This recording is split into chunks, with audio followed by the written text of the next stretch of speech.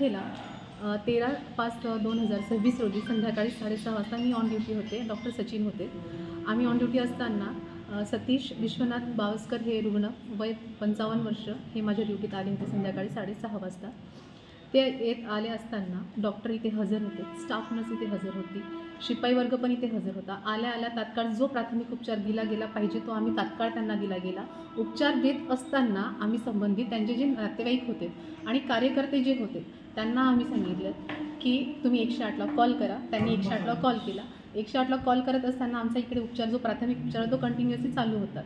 पण 108ला कॉल काय लागला किंवा काय नाही ते त्यांचं काय बोलणं झालं आम्हाला माहीत नाही, कारण आम्ही उपचार देत होतो डॉक्टर आणि आम्ही. मग त्यांचं बोलणं झाल्यानंतर त्यांनी सांगितलं की 108वर डॉक्टर नसल्या कारणाने आम्हाला 108 देत नाही आहे.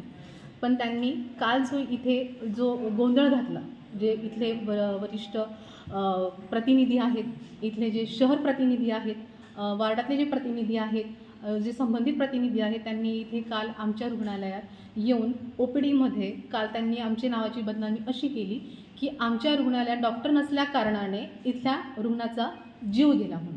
तर मी इथे आपल्याला क्लिअर करते की त्या दिवशी 108वर डॉक्टर नसल्या कारणाने त्यांना संदर्भ सेवा ही वेळेवर न मिळाल्यामुळे त्या रुग्णाच्या जीवाला धोका झाला आणि ते रस्त्यामध्ये त्यांचा जीव गमावा लागला. मी इथे फक्त एवढं क्लिअर करण्यासाठी ही पत्रकार परिषदेत हे 2 शब्द सांगते. रणगावची इंचार्ज सिस्टर आहे आणि आमच्या हॉस्पिटलमध्ये उपलब्ध ज्या सुविधा आहेत त्यानुसार आम्ही पेशंटला पुरेपूर सुविधा देतो आहे. आमच्याकडे जे नाही आहे ते आम्ही वरिष्ठांना सांगून ते पूर्तता करतो. त्या पद्धतीने आम्ही पूर्ण सेवा देतो. आणि कालचा झालेला जो प्रकार आहे तो आमच्याकडे सगळ्या सुविधा उपलब्ध असूनसुद्धा त्यांनी आमच्यावर आळ घेतलेला आहे की तुमच्याकडे ऑक्सिजन नाही आहे, तुमच्याकडे ड्रायव्हर नाही आहे. तर 108 ही आमची जबाबदारी नाही आहे, ते वरिष्ठ स्तरावर ते कंपनीनुसार त्या प्रोव्हाइड करता आम्हाला. त्याच्यात आमचा काही संबंध नसल्यामुळे तो आमच्यावर घेण्यात येऊ नये, ते वरिष्ठांना कळवावे, तसं त्यांच्यावर कार्यवाही व्हावी.